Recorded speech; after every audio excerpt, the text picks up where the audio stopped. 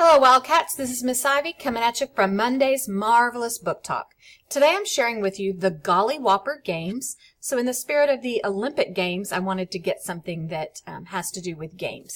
So in this one, Gil's future depends on winning the Golly Toy Game Company competition.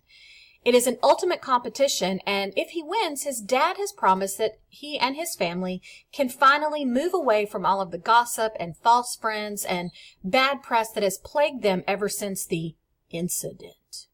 So, inside the toy company's fantastic headquarters, Gil will be asked to master trivia, solve puzzles, and even do some physical stunts. But he's going to have to do it better than everybody else in the competition. And to top it all off, every move that Gil makes and every mistake that Gil makes will be videotaped and broadcast on national TV. So, can he do it? Can he succeed in the games? What was the incident? Will he finally clear his family's name? To find out, read the Golly Whopper games. This is Miss Ivy coming at you from your Wayside Library.